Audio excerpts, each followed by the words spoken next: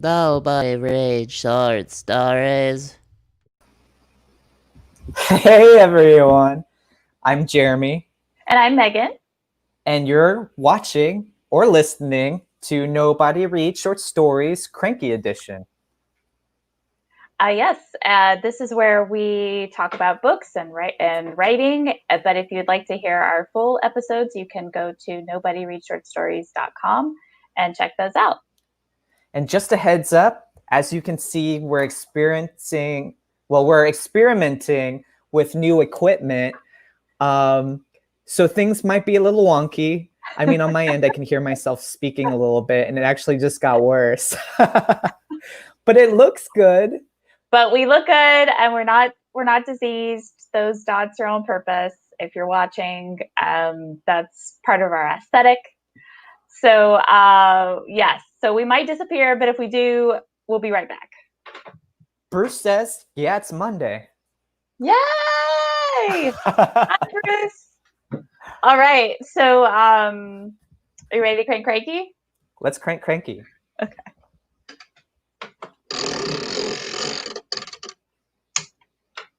All right.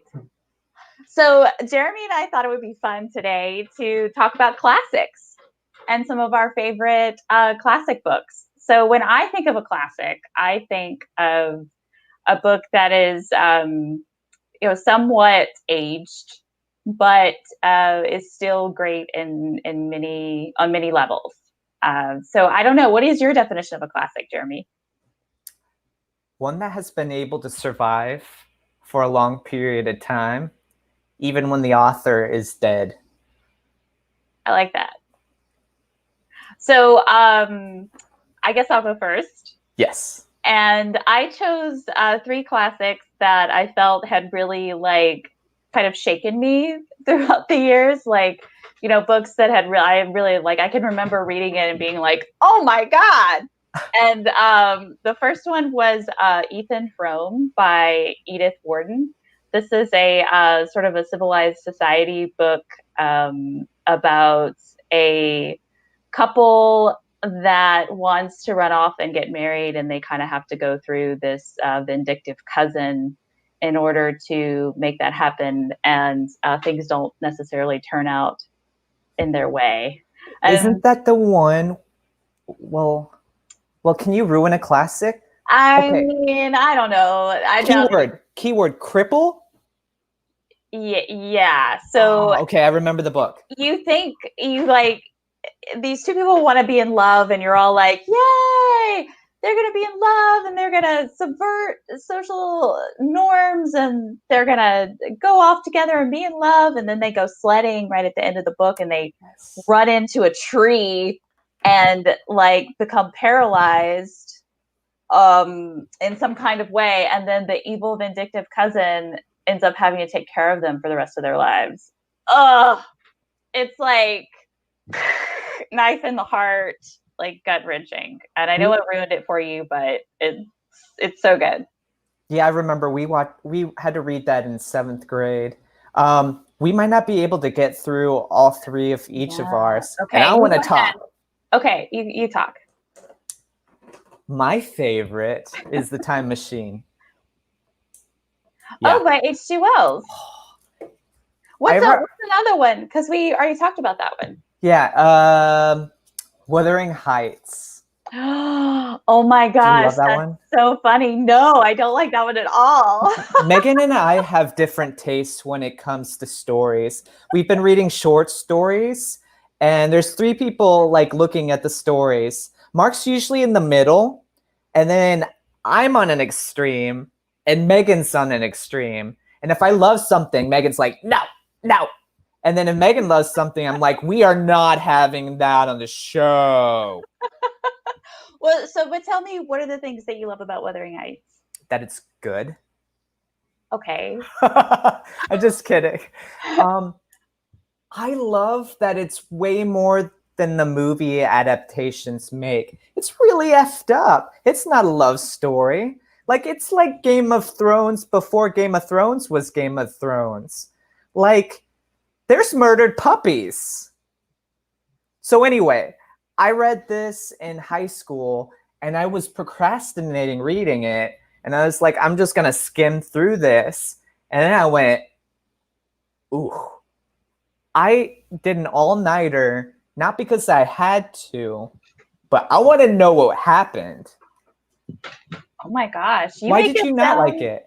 You make it sound so much more interesting than I remember. I just remember the two characters being like, just whining at each other the whole time. But that's the point. It's not about them. Even though the movies make it about them, it's about their children and how their children overcome the darkness of their parents.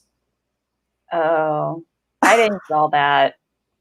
I guess you were a much more like forward-thinking child than I was, because when I read it, I was like, these two people are annoying the crap out of me. I don't like this book at all. I'm going back to Jane Eyre. Did you like The Scarlet Letter? I love The Scarlet Letter. Is that on your list? It's not on my list, but it is one of my top classics for sure. What's the next one on your I also had Dracula on my list, Bram Stoker's Dracula. I loved this book because I randomly picked it up on the side of the road when I was traveling in France and just looking for an English language book, and started reading it because I just wanted something to read. And then I got so into it because it's so dark and it's so like sensual and erotic in ways that I didn't realize Dracula is. And so I was like reading it and I was like, man, I'm like really afraid, but I'm like kind of into it. Like it's a very like strange book, and it's a strange book to me that it's something that you would have like kids read because it seems like inappropriate. It's also homoerotic. It's all kinds of erotic. Like it's basically everything's going down that castle, and I don't think that should be on the back of the book. They should change the thing on the back of the book and says everything goes down in this castle. Yeah, nothing is taboo in Transylvania. Yeah, that's good too. You got the taglines for this book, Megan. Yeah, it's really good. And then my last one was Native Son by Richard Wright, which my high school English teacher gave to me as for extra reading.